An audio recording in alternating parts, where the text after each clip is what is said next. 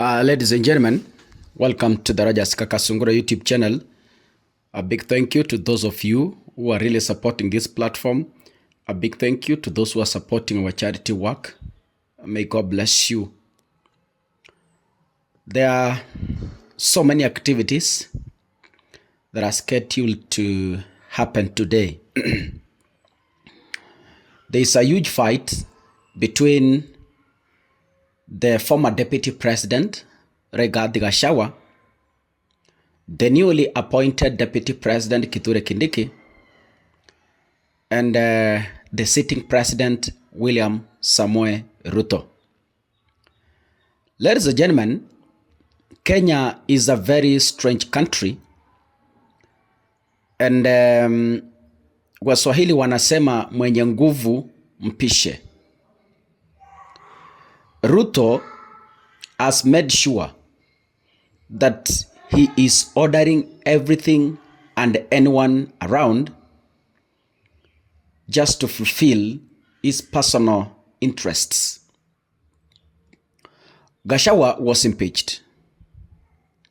And after the impeachment of the National Assembly, a communication was immediately made to the Senate. Gachagua was admitted, as you all know, and his lawyer Paul Mwite requested the Senate to adjourn until next week Tuesday, when maybe Gachagua has recovered. The Senate voted to proceed with the sittings without Gachagua, and his team was angered and they walked out of the sitting. The senators proceeded, and eventually they finally impeached Rigathi Gachagua.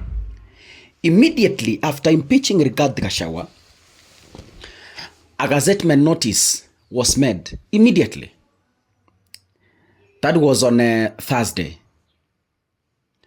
Friday, the National Assembly had convened an emergency sitting. William Ruto nominated Kithure Kindiki, and immediately the name was forwarded to the National Assembly. The National Assembly immediately approved Kithure Kindiki as the appointed president. You know, when the president nominates you, you become a nominee. Then when Parliament approves you, you become appointed. And then when you are sworn in, you assume office as the duly official deputy president. Rigathi Gachagua rushed to court to seek orders, and orders were given to stop one thing. Gachagua's order was given, the first order, wachana na hii ya pili ambayo imekuja, that is going to stop his swearing in. The first order that was given, it was saying that the court has issued conservatory orders to stop the appointment of Kithure Kindiki. By the time the order was being served to block the appointment of Kithure Kindiki, Kindiki had already been appointed.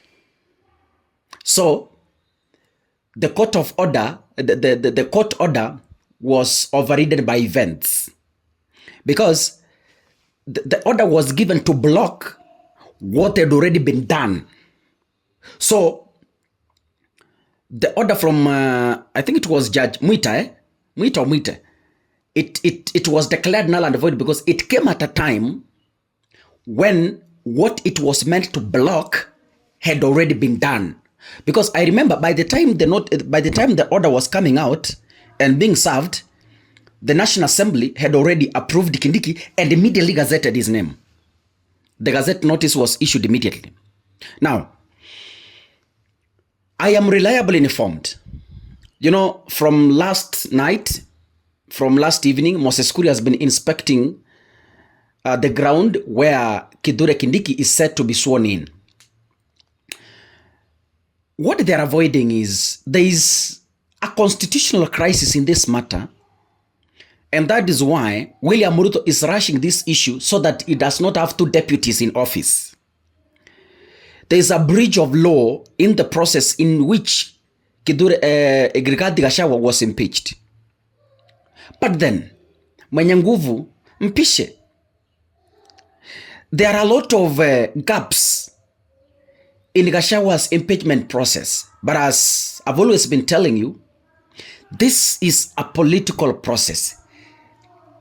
About 5% constitutional process was used, but 95% it is a political process. And if Gachagua was to rightfully challenge this in court, and he has sober judges, then Gachagua could have overturned. I'm talking of sober. Wachana na hii ya Kenya.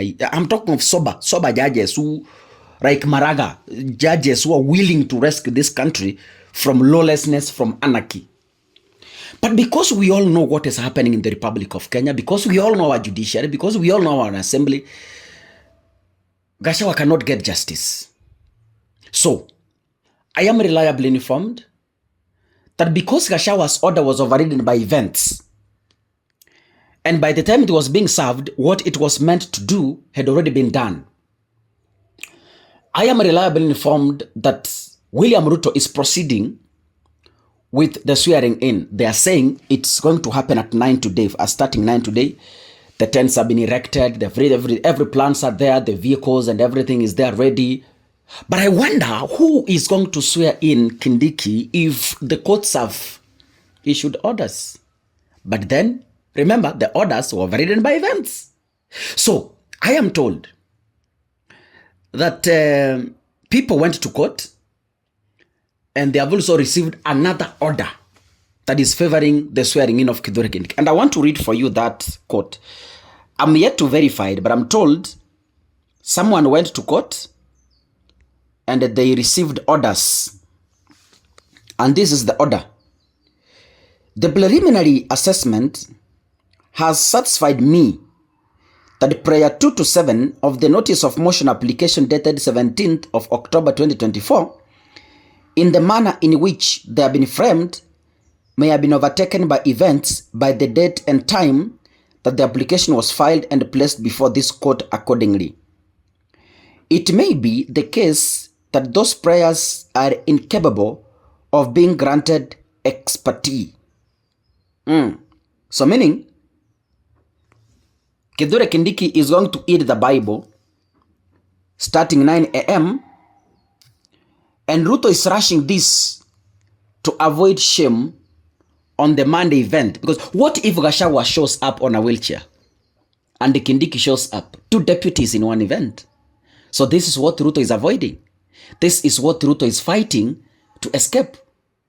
So ladies and gentlemen, as things stand, there is a high chances and possibility that they are going to proceed with Kindiki's swearing unless something happens. Kindiki is going to be sworn in today. Ladies and gentlemen, if you're watching this video, make sure you click the subscribe button and of course remember to turn on your notification bell. God bless you. See you in the next video. Asanteni sana.